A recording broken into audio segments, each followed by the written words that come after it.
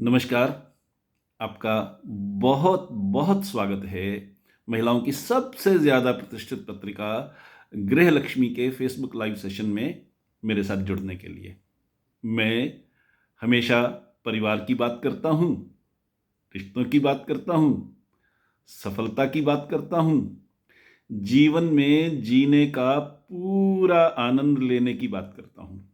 आज मैं थोड़ी अलग बात करूँगा और आपकी सेहत की बात करूँगा, ताकि आप सेहतमंद रहकर जीवन का पूरा आनंद ले सकें। सेहतमंद आदमी बहुत कुछ ऐसा कर सकता है जो एक बीमार व्यक्ति नहीं कर सकता। इसलिए सेहत का राज समझना ज़रूरी है। समस्या ये है कि हम सब सेहत की बात करते हैं, लेकिन सेहत के कुदरती राज को नहीं समझते और अलग-अलग प्रोडक्ट्स की मार्केटिंग करने वाली कंपनियों के चक्कर में फंसकर न केवल पैसा गंवाते हैं, बल्कि कई बार तो सेहतमंद होने के चक्कर में सेहत भी गंवा लेते हैं। बड़ी बात यह है कि सेहत बनाने के लिए पैसा खर्चने की ज़रूरत ही नहीं है। किसी तंग करने वाली बोरिंग डाइटिंग प्लान की ज़रूरत नहीं है। सिर्फ ये समझना काफ़ी है कि भोजन के मामले में 1-2 छोटी-छोटी बातों का ध्यान रखकर हम कोलेस्ट्रॉल से बच सकते हैं, मोटापे से बच सकते हैं और सेहतमंद बन सकते हैं। एक और बात समझ लीजिए कि WHO यानी वर्ल्ड हेल्थ ऑर्गेनाइजेशन यानी विश्व स्वास्थ्य संगठन भी बेसिकली एक मार्केटिंग ऑर्गेनाइजेशन ही है, जिसका असली उद्देश्य फार्मास्यूटिकल कंपनियों को फायदा पहुंचाना है। फार्मास्यूटिकल कंपनियों के सेल्स रिप्रेजेंटेटिव अपने प्रोडक्ट और दवाइयाँ प्रिस्क्राइब करवाने के लिए डॉक्टर्स को इंसेंटिव देते हैं, गिफ्ट देते हैं, फॉरेन टूर करवाते हैं और डॉक्टर लोग WHO के डायरेक्शंस को अंधभक्तों की तरह मानते हैं। फार्मास्यूटिकल कंपनियों से इंसेंटिव के लालच में बहुत से ऐसे प्रोडक्ट बिकवा देते हैं जिनकी आपको ज़रूरत ही नहीं होती। इसलिए ये कोई ज़रूरी नहीं है कि हर डॉक्टर की हर बात आपके लिए फ़ायदेमंद हो ही। मैं सभी डॉक्टरों की बात नहीं कर रहा, मैं ये कह रहा हूँ हर डॉक्टर की हर बात आपके लिए फ़ायदेमंद हो, ऐसा ज़रूरी नहीं है। मुझे कुछ बेचना नहीं है, मेरे पास कोई प्रोडक्ट नहीं है आपको देने के लिए, इसलिए मुझे वैसा कोई लालच भी नहीं है। पर वैसे मैं आपको बतला दूं कि मैं हद दर्जे का लालची आदमी हूं। मुझे लालच है कि आपकी सेहत बन जाए, मुझे लालच है कि आप सफल जीवन जिएं, मुझे लालच है कि आपके जीवन में खुशियां हों और मुझे लालच है कि ये सारे काम बिना कोई पैसा खर्च किए हो जाएं। तो प्लीज मेरा लालच पूरा कीजिए। आइए आज इसी की चर्चा करते हैं। आज हम बात करेंगे कि अपने भोजन को गुणकारी और सुखकारी कैसे बनाएं, यानी सेहत के गुणों से भरपूर जो हमें सुख दे, ऐसा भोजन कैसे हो। आज जो गुर मैं आपको बताऊंगा ये डिस्कशन पेरेंटिंग के लिहाज से और फैमिली के लिहाज से भी बहुत इंपॉर्टेंट है, इसलिए मेरी बात को ध्यान से सुनिएगा। तो एक बार फिर आपका बहुत बहुत स्वागत है महिलाओं की सबसे ज्यादा प्रतिष्ठित पत्रिका गृहलक्ष्मी के फेसबुक पेज के मेरे इस लाइव सेशन में। इस प्रोग्राम में हर हफ्ते हम रविवार को शाम 5 बजे एक नया टॉपिक लेकर हाजिर होते हैं। हमारा आज का टॉपिक है सेहत का घरेलू नुस्खा। मैं हूं पीके खुराना, मैं एक integrated success and happiness coach हूं, यानी मैं यह ट्रेनिंग देता हूं कि हम सफल कैसे हों और सफलता के साथ साथ सच्ची खुशी कैसे हासिल करें।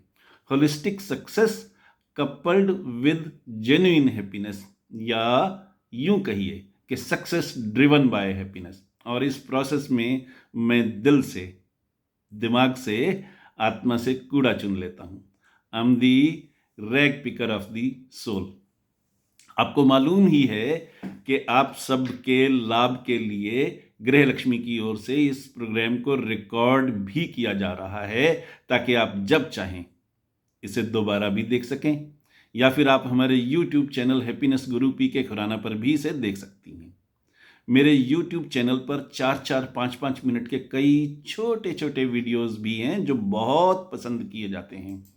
आपको अच्छा लगे तो मेरा चैनल सब्सक्राइब कर लीजिए। YouTube पर जाइए और सर्च बॉक्स में टाइप कीजिए हैप्पीनेस गुरु पीके खुराना, तो मेरा चैनल सामने आ जाएगा। आप चाहें तो सब्सक्राइब कर सकती हैं, आपकी इच्छा है। मैं सिर्फ इन्फॉर्मेशन दे रहा हूं, सब्सक्राइब करना या न करना आपकी चॉइस है।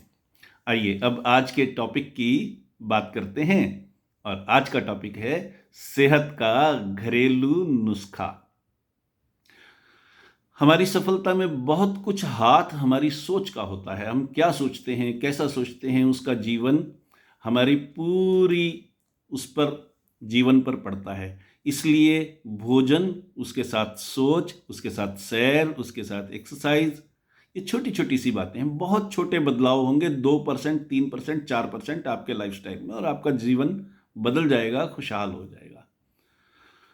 अगर हम हिंदुस्तानी महिलाओं की रूटीन देखें तो समझ में आता है कि गड़बड़ कहाँ है। हवाई यात्रा में सबसे पहले ये कहा जाता है, अगर ऑक्सीजन कम हो जाए तो ऑक्सीजन मास्क सबसे पहले खुद को लगाओ, ताकि किसी दूसरे का जीवन बचाने के लिए आप जिंदा रह सको।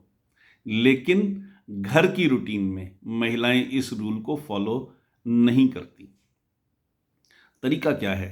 पहले पति को तैयार किया, हस्बैंड को तैयार किया, बच्चे को स्कूल के लिए तैयार किया, उनका नाश्ता बनाया, उनका लंच बनाया, उनका बैग तैयार किया, पति का टिफ़िन तैयार किया, पति का बैग दिया, और उनके जाने के बाद मेड आ गई।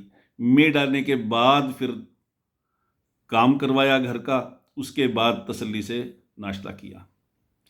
लगता तो है कि ये बड़े आराम की बात है, पर असल में ये हमारी सेहत के लिए बहुत ख़राब है।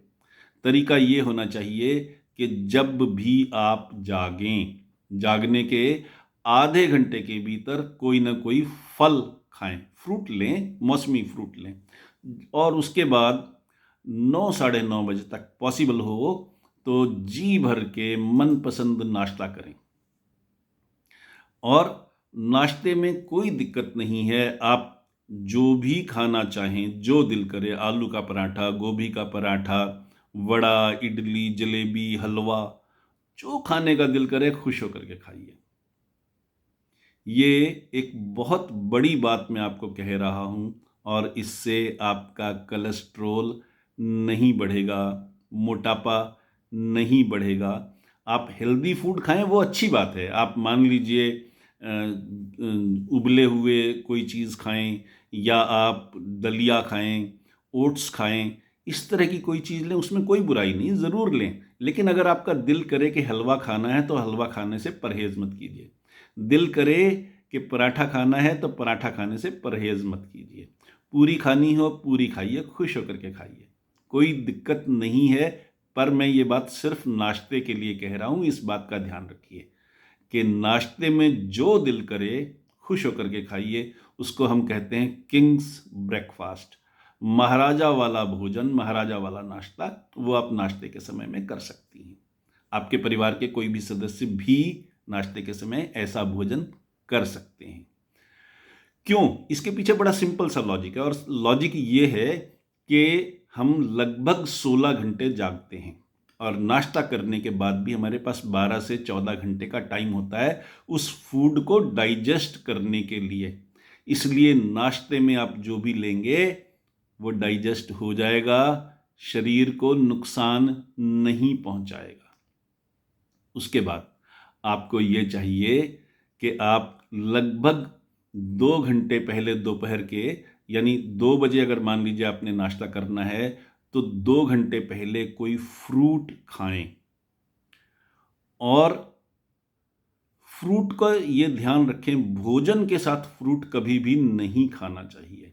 लोग कई बार लंच के इमीडिएट बाद या नाश्ते के उसके डिनर के इमीडिएट बाद डेजर्ट की जगह पे फ्रूट लेते हैं। वो नुकसानदेह है। ये ध्यान रखिए, फ्रूट खाने के साथ अगर खाया जाएगा तो वो जहर का काम करेगा।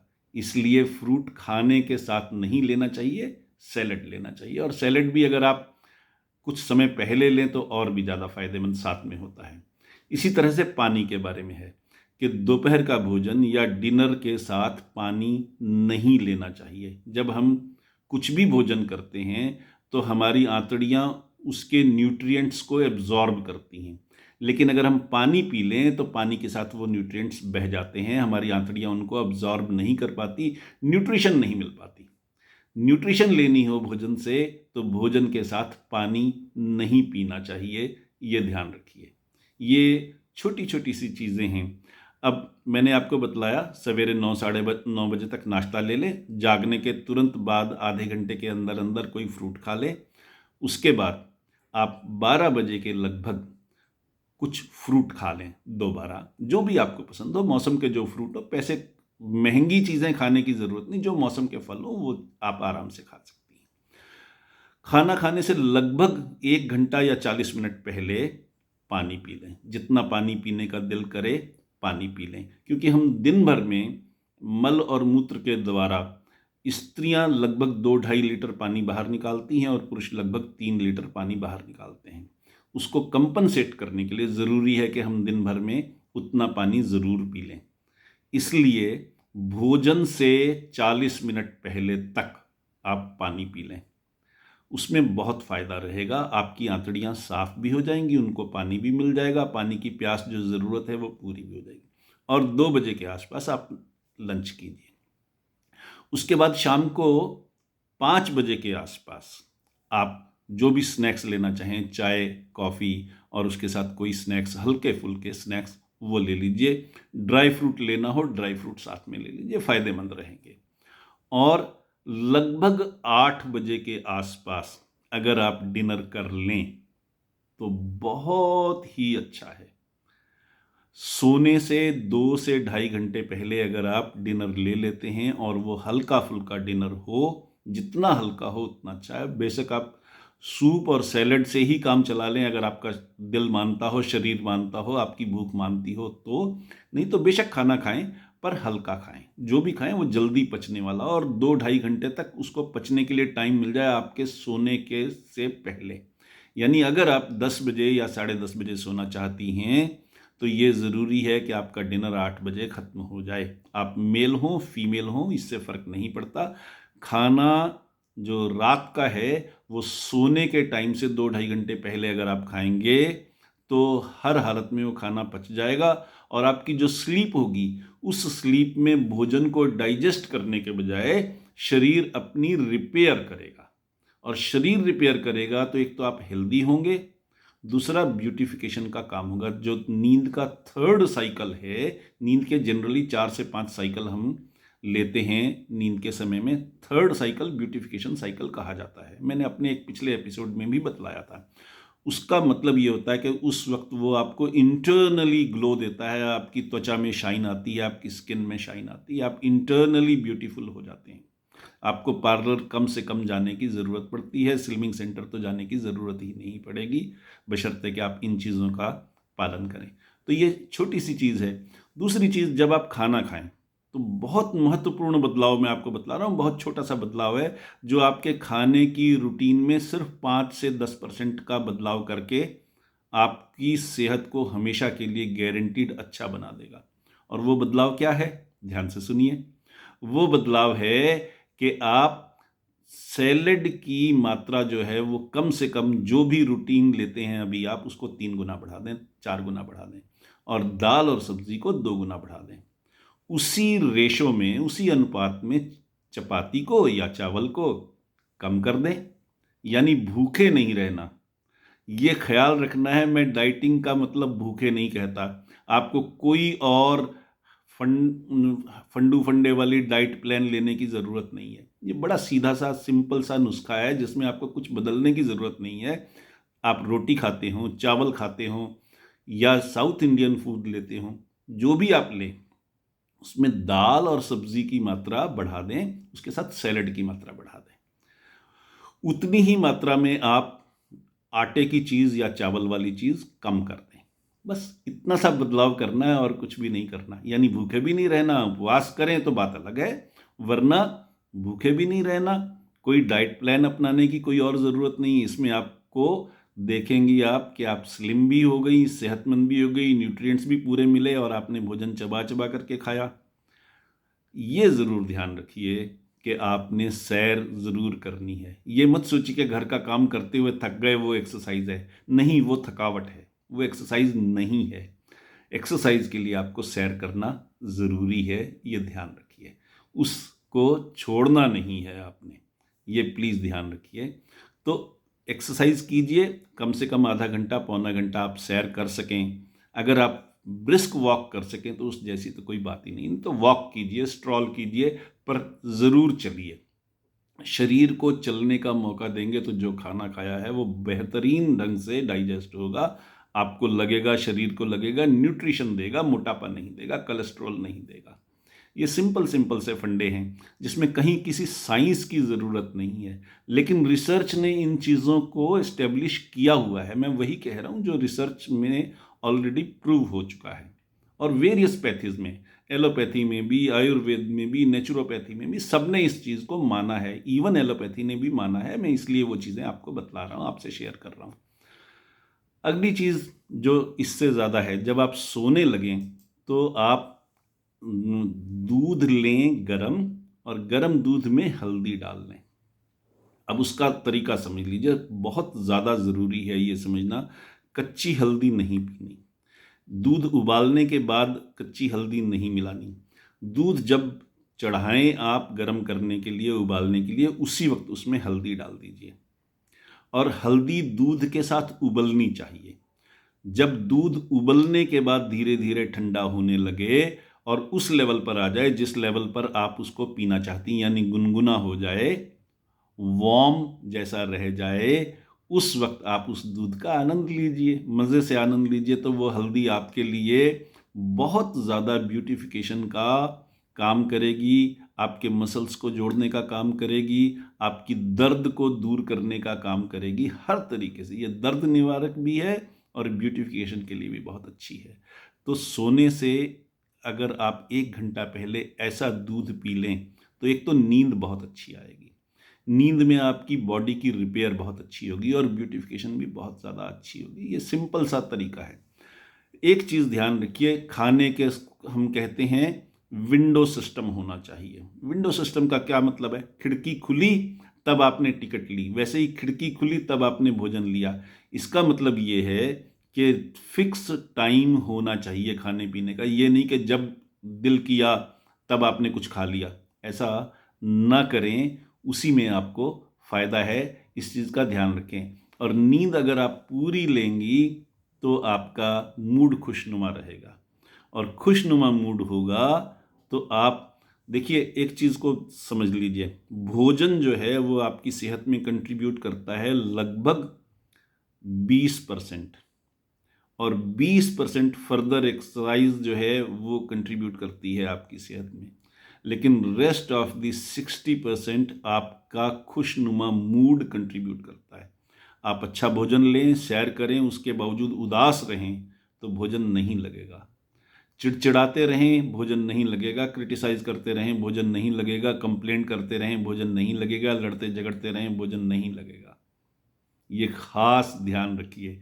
इसलिए मूड को खुशनुमा भी ज़रूर रखिए, तो आपकी सेहत बहुत ज़्यादा बनेगी। अब आपको एक और चीज़, गुर की चीज़ बताता हूँ। इसके अलावा हमें ये भी समझना ज़रूरी है कि हमारा डकार कोई बेकार की चीज़ नहीं है। डकार भी एक मैसेज है, एक संदेश है छोटा सा, जो बतलाता है कि हमारे शरीर की ज़रूरत क्या है। इसका सीक्रेट और इम्पोर्टेंस जिसने समझ लिया, उसका खाया हुआ भोजन पूरी तरह से पचता है और 7 किस्म की धातुएं बनती हैं। हमें मालूम है कि हमारे आमाशय का साइज़ एक मुट्ठी के बराबर है। खाया हुआ सारा भोजन इसी में इकट्ठा होता है। यूं आमाशय है तो छोटा सा, लेकिन ये एक्सपेंडेबल थैली जैसा है, इसलिए ये अपने साइज से 3 से 4 गुना तक फैल सकता है, एक्सपेंड हो सकता है। और हमारे आमाशय में हमारा भोजन लगभग 5 to 6 आवर्स, 5 से 6 घंटे तक रहता है। अब थोड़ा और ध्यान से समझिए। सुबह सवेरे जब हम खाली पेट होते हैं तो हमारा आमाशय सिकुड़ा हुआ होता है। उस वक्त इसमें कुछ शुद्ध वायु होती है।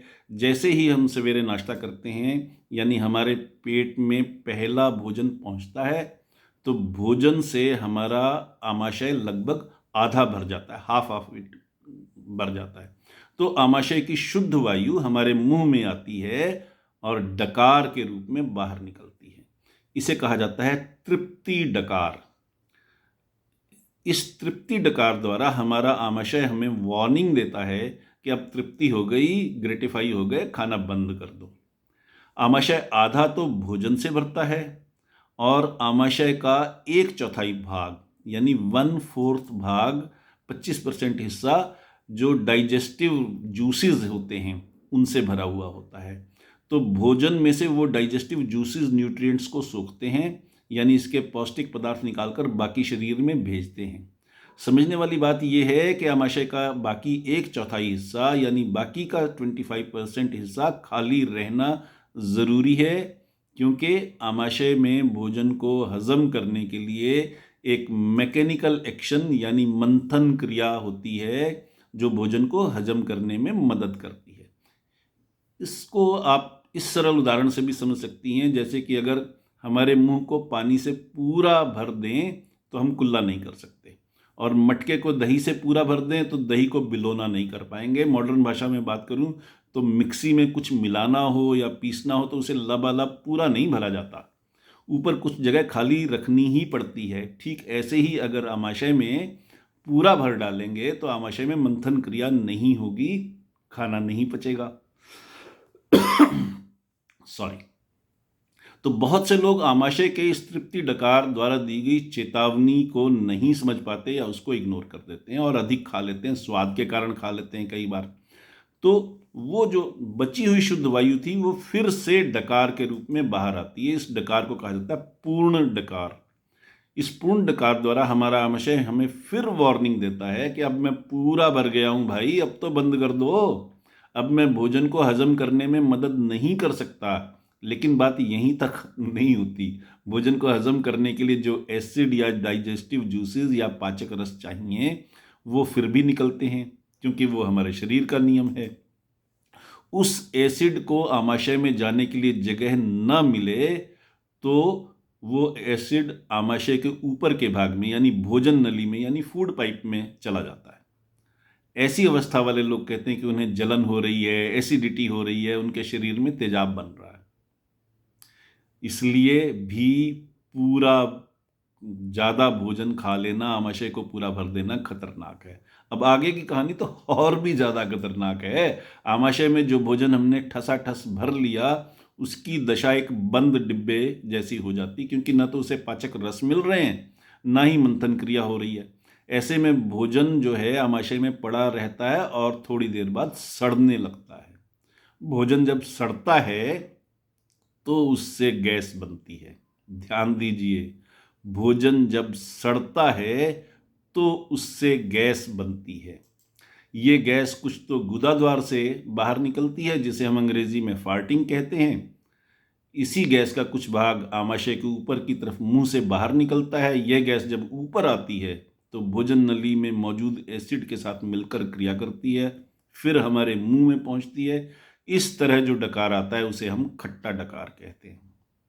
खाते हैं हम गुलाब जामुन और डकार आता है खट्टा, क्योंकि हमने जगह नहीं छोड़ी आमाशय में उसको पचाने के लिए। ये बीमारी अगर लग जाए तो जीवन भर फिर साथ नहीं छोड़ती। फिर हम कुछ भी एंटासिड लेते रहें, चूर्ण लेते रहें, जो मर्जी करते रहें, क्योंकि हमने बेसिक रूल को भुला दिया।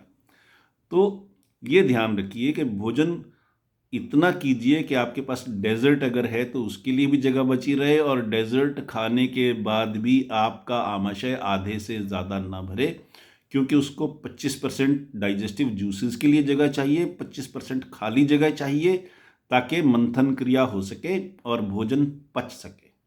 आज देश और दुनिया की बहुत बड़ी आबादी गैस और एसिडिटी से पीड़ित है। समय पर खाना बंद कर देना अपने आप में योग है, और अगर हम नहीं करते तो हम खुद ही रोग को इनविटेशन कार्ड दे करके बुला रहे हैं। तो ये 3 तरह के डकार, तृप्ति डकार, पूर्ण डकार और खट्टे डकार हैं। एक और भी डकार है चौथी किस्म का, वो है भूख डकार।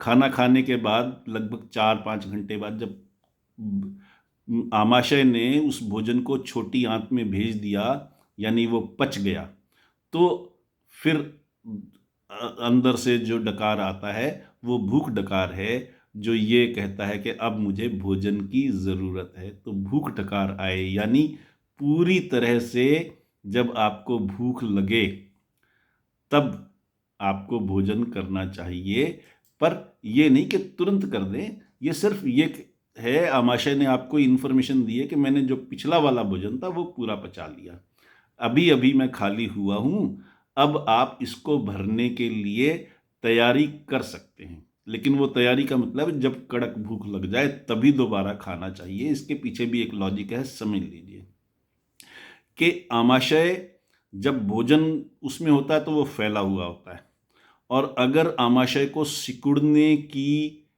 मोहलत ना मिले, टाइम ना मिले, यानी सारा भोजन उससे बाहर निकल जाए तो धीरे धीरे वो सिकुड़ता है। जब पूरी तरह से सिकुड़ जाए तब कड़क भूख लगती है। जब सिकुड़ने की पूरी मोहलत मिल जाए उसके बाद दोबारा हम भोजन से भरें और वो फैले, तो उसका सिकुड़ना और फैलना जो है वो कॉन्ट्रैक्शन और एक्सपेंशन दोनों चीज़ें उसकी आदत बनी रहती है। वरना अगर वो सिकुड़ेगा ही नहीं तो उसमें तृप्ति डकार आपको नहीं आएगा, और उसका नुकसान ये होगा कि आपको पता नहीं लगेगा कि आमाशय कब आधा भर गया, कब पूरा भर गया। इसलिए ये ज़रूरी है कि जब कड़क भूख लगे तभी आप खाना खाएं, वरना ये सोच करके खाना ना खाएं कि थाली में खाना पड़ा है। ये प्लीज़ समझिए, थाली में उतना ही खाना लीजिए जितना आप आराम से आधा आमाशय भर कर खा सकें, उससे फालतू खाने की ज़रूरत ना पड़े। इस चीज़ का ध्यान रखिए, और 1 दिन 2 दिन 4 दिन जब आप प्रैक्टिस करेंगे तो आपको पता लग जाएगा कि आपके आमाशय को कितना खाने की ज़रूरत है, कितना भोजन और चाहिए। इन नियमों का पालन करेंगे, यानी देखिए मैंने क्या कहा, नाश्ता लीजिए 9 साढ़े 9 बजे तक, लेकिन जागने के तुरंत बाद कोई फ्रूट ज़रूर ले लीजिए आधे घंटे के अंदर अंदर। नाश्ता बेशक 1 घंटे बाद कर लें। दूसरी चीज़, 12 बजे के लगभग फ्रूट खाएं। तीसरी चीज़, 1 बजे के लगभग पानी पिएं। चौथी चीज़, 2 बजे के लगभग लंच करें।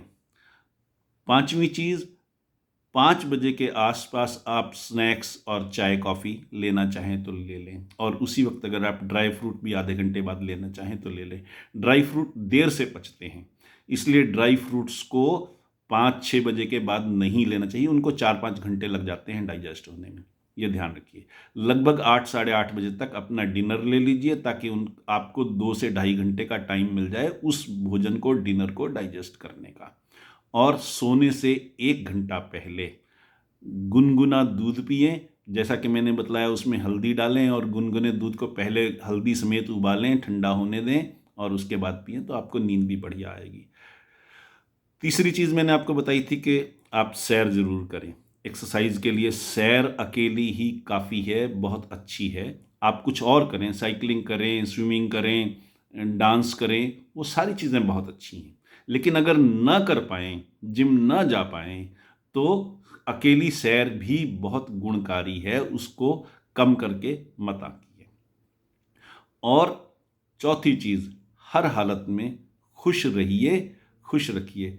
खुशनुमा मूड आपकी सेहत में बहुत ज़्यादा कंट्रीब्यूट करता है, भोजन से भी ज़्यादा, सैर से भी ज़्यादा। ये ख़ास ध्यान दीजिए, खुश रहना बहुत ज़रूरी है।